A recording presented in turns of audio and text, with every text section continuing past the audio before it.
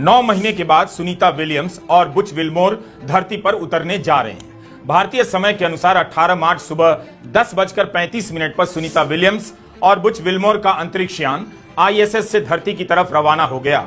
16 घंटे की उड़ान के बाद यह यान भारतीय समय के अनुसार सुबह लगभग 3:30 बजे फ्लोरिडा के तट के करीब पानी में उतरेगा। नासा की भाषा में इसे स्प्लैश डाउन कहते हैं।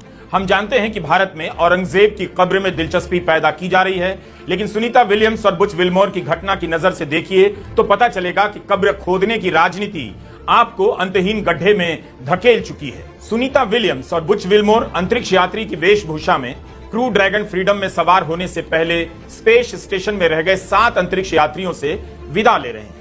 सुनीता और बुच के अलावा नासा के अंतरिक्ष यात्री निक हेग और रूस के अलेक्जेंडर गोर्बुनोव भी इसी यान से धरती पर लौटेंगे।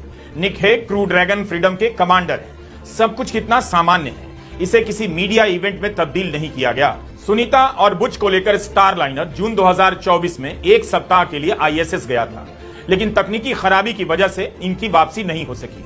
9 महीने गुजर गए। अंतरिक्ष से इस तरह की वापसी पहले भी कई बार हो चुकी है, लेकिन इस बार खास बात तो यही है कि 9 महीने तक सबने उम्मीद और धीरज का साथ नहीं छोड़ा।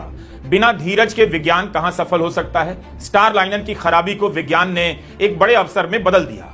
9 महीने तक जिस घटना को हम असफलता के रूप में देख रहे थे, उसी को मील का पत्थर बनते हुए देखने जा रहे हैं। आपने नोट किया ही होगा, जब इस अभियान की वापसी का कवरेज नासा के ह्यूस्टन स्पेस सेंटर से किया जा रहा था, तब कमेंटेटर रॉब नेवियस की आवाज में किसी भी तरह का अतिरिक्त उत्साह नहीं था। उपलब्धि का बखान करने वाली उपमाओं का भंडार सुनाई नहीं दे रहा था। यह नासा का कंट्रोल रूम है।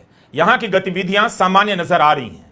जिस समय अनडॉकिंग हो रही थी, यानी मस्क की कंपनी स्पेसएक्स का अंतरिक्ष यान क्रू ड्रैगन फ्रीडम ISS से अलग हो रहा था, उस समय इस कंट्रोल रूम में सब कुछ सामान्य नजर आया। कमेंटेटर रॉब नेवियस की आवाज में कोई उतार चढ़ाव सुनाई नहीं दिया। संयम के साथ कमेंट्री करते चले गए। With 286 days in space, a mission encompassing 4,576 orbits of the Earth and 121.3 million miles. But just to put it into context, not the longest single space flights in U.S. history.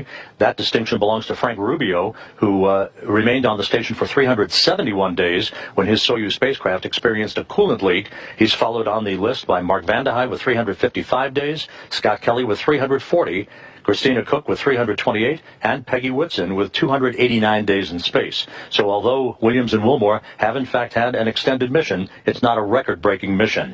As we stand by for the final procedures to be encompassed here in Mission Control. Rob Nevius ने बड़े आराम से बता दिया कि सुनीता और बुच का 286 दिनों तक यानी 9 महीने तक अंतरिक्ष में रहना और वहां से वापसी करना कोई रिकॉर्ड ब्रेकिंग घटना नहीं है। इसके पहले भी कई अंतरिक्ष यात्री 289 दिनों से लेकर 371 दिनों तक अंतरिक्ष में रह चुके हैं। ऐसा कोई भी दिन नहीं होता जब अंतरिक्ष में कोई इंसान नहीं होता है। इसी नवंबर में स्पेस स्टेशन में इंसान की निरंतर मौजूदगी के 25 साल होने जा रहे हैं। यह बात हम खास तौर से भारत के संदर्भ में बताना चाह रहे थे। आपको 20 अगस्त 2019 के दिन ले जाना चाहता हूं, जब चंद्रयान द्वितीय लॉन्च हो रहा था और इसे लेकर देश भर में उत्साह का माहौल बनाया गया। साफ है, प्रधानमंत्री मोदी और उनकी पसंद के आसपास राजनीति बुनी जा रही थी। नासा का कैमरा अंतरिक्ष से एक बार के लिए भी नहीं हटा। एक बार के लिए भी आपको ISS और ड्रैगन फ्रीडम यान के अलावा कुछ भी दिखाया। ना तो ट्रंप को दिखाया, ना मस्क को। अनडॉकिंग की कमेंट्री हमने पूरी तो नहीं सुनी, लेकिन अनडॉकिंग होने तक एक बार भी नासा के कमेंटेटर ने राष्ट्रपति ट्रंप का नाम नहीं लिया। उस समय के कवरेज को आप निकाल कर देखिए, जब इसरो का कैमरा कभी चंद्रयान द्वितीय को दिखाता, कभी प्रधानमंत्री नरेंद्र मोदी को।